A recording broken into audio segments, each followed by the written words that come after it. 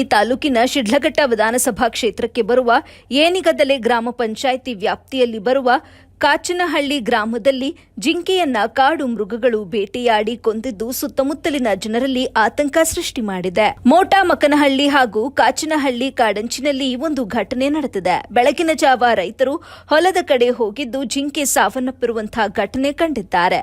ಹೊಲದಲ್ಲಿ ಸತ್ತ ಜಿಂಕೆಯ ಸುತ್ತ ಚಿರತೆಯ ಹೆಜ್ಜೆ ಗುರುತುಗಳು ಜನರಲ್ಲಿ ಭಯವನ್ನ ಉಂಟು ಮಾಡಿದೆ. ಇನ್ನು ಸ್ಥಳಕ್ಕೆ ಚಿಂತಾಮಣಿ ವಲಯ ಅರಣ್ಯಾಧಿಕಾರಿ ಚಂದನ್ ರವರು ಭೇಟಿ ನೀಡಿ ಪರಿಶೀಲನೆ ನಡೆಸಿ ಮುಂದಿನ ಕ್ರಮವನ್ನು ಕೈಗೊಂಡಿದ್ದಾರೆ.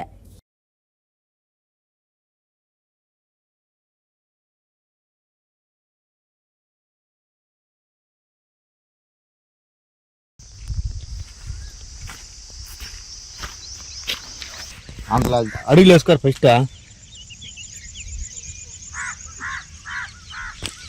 ఈ కుక్కల పైన కాదు కుక్కలు ఏంటంటే ఒకటో రెండు వచ్చినా చిరతరా మామా ఉంటుంది చూస్తున్నా ఇంకా పడతాయి ఉండదు.